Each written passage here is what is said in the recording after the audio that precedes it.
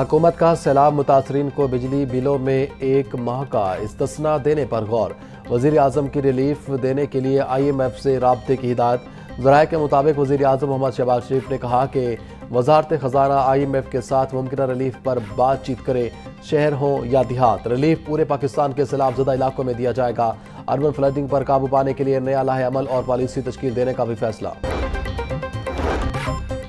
Punjab assembly کے 15 ستمبر کو ہونے والے اجلاس کا ایجنڈا جاری۔ اسپیکر ملک احمد خان کی زیر صدارت اجلاس دوپہر 2 بجے شروع ہوگا۔ اجلاس میں محکمہ اسکول ایجوکیشن پوچھے گئے سوالات کے جوابات دے گا۔ اراکین اسمبلی اجلاس میں توجہ دلا نوٹس پیش کریں گے۔ 5 تحریکیں التوا کار زیر بحث آئیں گی۔ پرائس کنٹرول اور امن و امان کی صورتحال پر عام بحث ہوگی۔ اراکین اسمبلی اجلاس میں اہم نوعیت کے حامل معاملات اٹھائیں گے۔ حکومتی اقدامات کے باعث آٹے کے نرخ کم ہونے لگے۔ فلور ملز کے بعد چکی آٹا میں بھی کمی واقع۔ چکی آٹے کی قیمت میں 10 روپے کلو کی کمی۔ مارکیٹ میں چکی آٹا 140 روپے کلو میں فروخت۔ مصنوعی تیزی میں چکی کا آٹا 150 روپے کلو تک پہنچ گیا تھا۔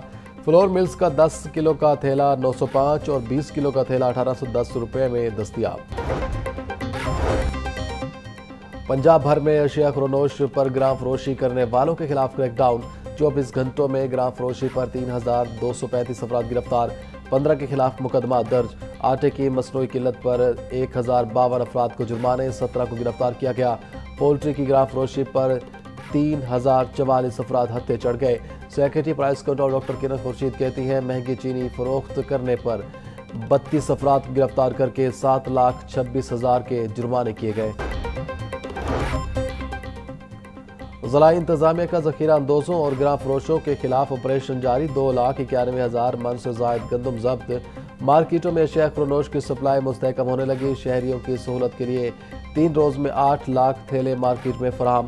ڈپٹی کمشنر سید موسیٰ رضا بولے ذخیرہ اندوزوں کے خلاف آپریشن بلا تعطل اور بلا تفریق جاری رکھا جائے۔ آٹے اور گندم کی سپلائی چین پر کڑی نظر رکھی جائے۔ گراں فروشی پر زیرو ٹالرنس پالیسی اپنائی جائے۔ مہنگائی کی چکی میں پسے عوام کو کہیں ریلیف نہ ملا۔ سبزیاں اور پھل غریب کی پہنچ سے دور۔ پیاز اور آلو 120، ٹماٹر 240، لہسن 440، ادرک 600، سبز مرچ 220 اور لیموں 200 روپے کلو میں فروخت۔ ٹینڈے 350، کریلے 250، پالک اور شلجم 150، گوبھی 220، شملہ مرچ 240 اور روپے کی کلو ہو گئی۔ کیلا 260 روپے کا درجن، پپیتا 480، سیب 420، آڑو اور انگور 400، جاپانی پھل 300، موسمی 280، گرما 250 روپے کلو میں دستیاب۔ کئی روز کے استحکام کے بعد برائلر کی قیمت میں معمولی کمی غریب کی پہنچ سے پھر بھی دور۔ مرغی کا گوشت 4 روپے سستا ہو کر 591 روپے کا کلو ہو گیا۔ صافی گوشت 700 روپے کلو تک فروخت ہونے لگا۔ زندہ برائلر کی قیمت میں 3 روپے کلو کمی۔ ہول سیل ریٹ 394 روپے، پرچون ریٹ 407 روپے کلو مقرر۔ انڈے 305 روپے درجن پر برقرار۔ پیٹی 9030 روپے میں دستیاب۔ قائم مقام امریکی ناظم الامور کی PDA میں پنجاب ہیڈ آفس آمد۔ ریلیف کمشنر پنجاب نبیل جاوید اور دیگر افسران نے ملاقات، کنٹرول روم کا دورہ بھی کیا۔ PDA میں حکام نے سیلاب متاثرہ علاقوں میں امدادی سرگرمیوں سے آگاہ کیا۔ نیٹلی اے بیکر کو پنجاب میں جاری ریلیف اور ریسکیو آپریشنز پر تفصیلات پیش کی گئی۔ پنجاب کی اسپیشل انٹیلیجنس کوآرڈینیشن کمیٹی کا اہم اجلاس 16 ستمبر کو طلب۔ اجلاس میں سول و عسکری اعلیٰ افسران شرکت کریں گے۔ پنجاب میں سیلاب کے نقصانات کے تخمینے اور بحالی سے متعلق رپورٹ طلب۔ افغان سٹیزن کارڈ ہولڈرز کے لیے دوسرے مرحلے کی پیش رفت کا جائزہ لیا جائے گا۔ پروف آف رجسٹریشن ہولڈرز کی واپسی کے لیے پلان پر بھی رپورٹ طلب۔ پولیس کی استعداد کار میں اضافہ، افرادی قوت اور دیگر امور کا جائزہ لیا جائے گا۔ مدارس رجسٹریشن کے معاملے اور بھیک مانگنے کے خاتمے پر بھی رپورٹ طلب۔